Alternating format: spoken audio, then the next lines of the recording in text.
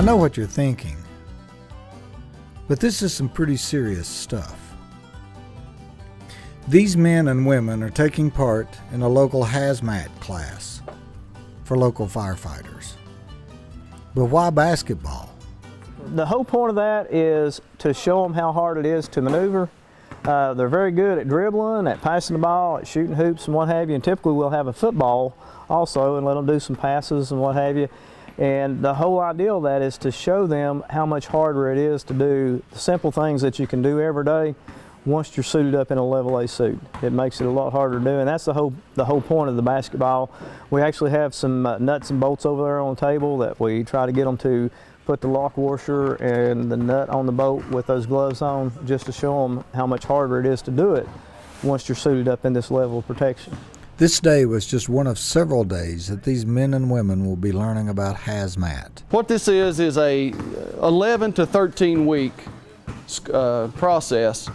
11 weeks if you do not need the medical training, and 13 weeks if you do need the medical training. There are 11 departments from basically Newport all the way to Bristol that participate in this program, with each department contributing certain areas of the training. Bristol historically does a lot of the hazardous materials portion.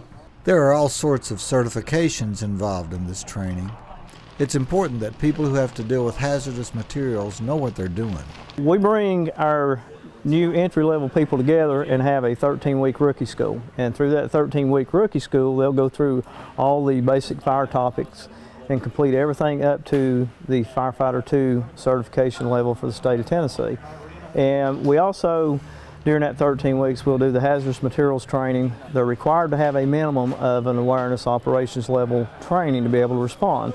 But in our school, we bring them all the way to the technician level, which allows them to actually suit up in the level A suits, which is what you're seeing here today, and enter into the hot zone and actually work hand in hand with the chemicals to control a leak, a spill, or whatever the case may be.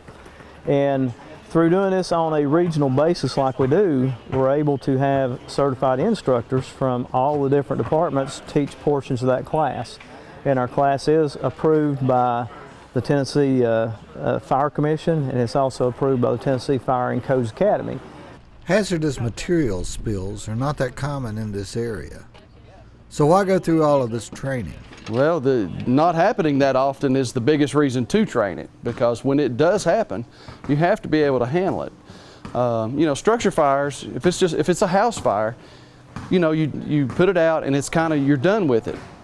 If you have a hazardous materials release and it's not handled as efficiently and properly as possible, it could affect, you know, just not only a certain area, but the entire city for a long period of time. You know, it doesn't happen very often, thank goodness. But you have to be able to at least secure the public from making it worse. We need to be able to keep from making it worse. And we need to be able to just limit the damage caused. There's a lot of medical procedure carried out on these men and women before they suit up. The reason for that is when you put this suit on, you're basically putting them in a sealed compartment. A lot of people like to call it a body bag, but they have an SCBA on, which weighs about 40 to 45 pounds. We put them in this suit. The suits do not breathe because they're a totally encapsulating suit, so they don't breathe because we don't want to let anything come into them. So they're going to sweat, they're going to perspire, they're very hot to work in.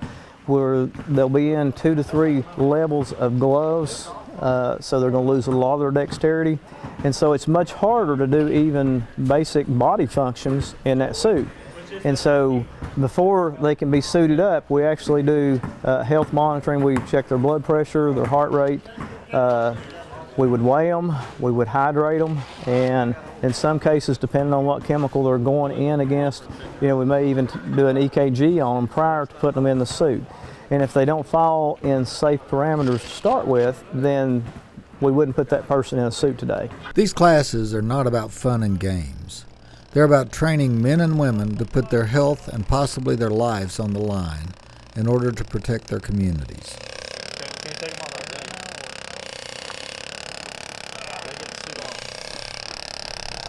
You gotta think of how much more air you consume because your body is taking all the stress of the heat.